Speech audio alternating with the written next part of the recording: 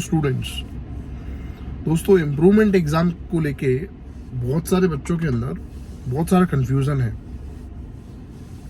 तो मैं कुछ क्वेश्चंस जो हैं जो कॉमन मुझे कमेंट बॉक्स में मिले हैं उसके आंसर मैं आपको देता हूं। सबसे पहले आप ये समझ लो, इम्प्रूवमेंट एग्जाम जो है, क्योंकि आपके रिजल्ट में अगर आपके 33 मार्क्स नहीं आए हैं कोई भी सब्जेक्ट पे, एक सब्जेक्ट, दो सब्जेक्ट, 3 सब्जेक्ट, 4 सब्जेक्ट, 5 सब्जेक्ट, जितने भी सब्जेक्ट्स में अगर आपके 33 मार्क्स नहीं आए हैं तो आपके रिजल्ट में लिख के आया होगा, बोर्ड के रिजल्ट में लिख के आया होगा नीड्स इम्प्रूवमेंट। ठीक है, ऐसा लिख के आया होगा। तो इसका मतलब ये हुआ कि आप फेल हो। ठीक है, तो ये एकदम क्लियर वर्ड मैंने बता दिया, आप फेल हो, आप रिजल्ट के लिए एलिजिबल नहीं हो। तो पहले ही बात क्लियर हो गई। नीड्स इंप्रूवमेंट लिखा है मतलब होता है फेल, मतलब ये होता है कि आप इस साल जो सर्टिफिकेट है, मार्कशीट है, उसके लिए एलिजिबल नहीं हो। ठीक है, यस। अब अगर आप एक सब्जेक्ट या 2 सब्जेक्ट में फेल हो मैक्सिमम, तो आप जुलाई के अंदर वो जो सब्जेक्ट्स के अंदर आपको इम्प्रूवमेंट की जरूरत है वो सब्जेक्ट्स के एग्जाम आप दे सकते हो। 2 सब्जेक्ट में फेल हो तब एग्जाम दे सकते हो, जिसके फॉर्म्स मैं क्लियर कर दूं अभी तक नहीं आए हैं, कोई नोटिफिकेशन गुजरात बोर्ड से नहीं आया है। क्लियर है? चलिए, तो 2 सब्जेक्ट में फेल हो तो इम्प्रूवमेंट एग्जाम आप दे सकते हो जुलाई में।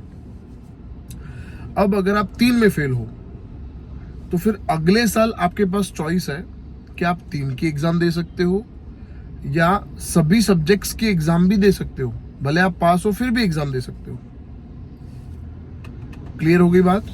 तो अगर आप 3 में फेल हो, 4 में फेल हो, 5 में फेल हो, 3 या उससे ज्यादा सब्जेक्ट में फेल हो, तो अगले साल आप जिसमें फेल हो उसकी एग्जाम दे सकते हो या फिर सभी सब्जेक्ट्स की आप एग्जाम दे सकते हो। तो ये एक बात हो गई। अब बात करते हैं कि जो नीट और जेईई में क्वालिफाई नहीं हुआ है, जो पास हो गया है इस साल जो बच्चे पास हो गए हैं बट नीट और जेईई का क्राइटेरिया जो है उसको फुलफिल नहीं कर पा रहे, तो क्या? तो फिर अगर आप पास हो गए हो तो अगले साल आप इस साल का रिजल्ट जो है वो सबमिट कराना है आपको। उसके बारे में पूरा एक डिटेलिंग वीडियो मैंने बनाया है। मैं इस वीडियो के डिस्क्रिप्शन के अंदर उसका लिंक डाल रहा हूं, आप देख लो। ठीक है, आपको आपका रिजल्ट जो है वो 120 डेज के अंदर गुजरात बोर्ड जाके सबमिट करवाना है। सबमिट कराओगे तभी आपको एक फॉर्म मिलेगा अगले साल के इम्प्रूवमेंट एग्जाम के लिए, वो आपको फिल करना है और फिर अगले साल आपको प्रैक्टिकल, थियोरी सबके एग्जाम्स देने हैं।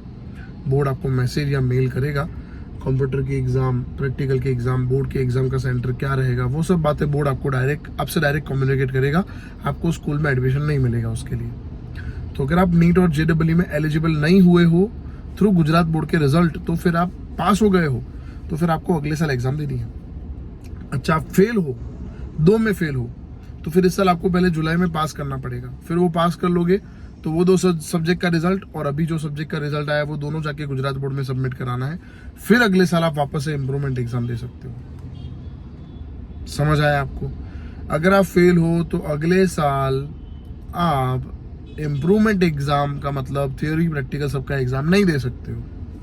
आपको पहले इस साल पास होना पड़ेगा। पास होने के बाद ही अगले साल आप रिजल्ट सबमिट करा के बोर्ड का एग्जाम दे सकते हो और नीट और जेईई के अंदर एलिजिबल हो सकते हो एग्जाम देने के बाद। ठीक है, ये सारी बातें हैं। आई होप आपके जितने भी क्वेश्चंस थे, क्वेरी थे, वो मैंने शॉर्ट आउट कर दिए हैं। इसके अलावा कुछ क्वेश्चन हो तो कमेंट सेक्शन में लिखना, मैं उसके बारे में आपको गाइड करूंगा। Okay students, good luck students, thank you.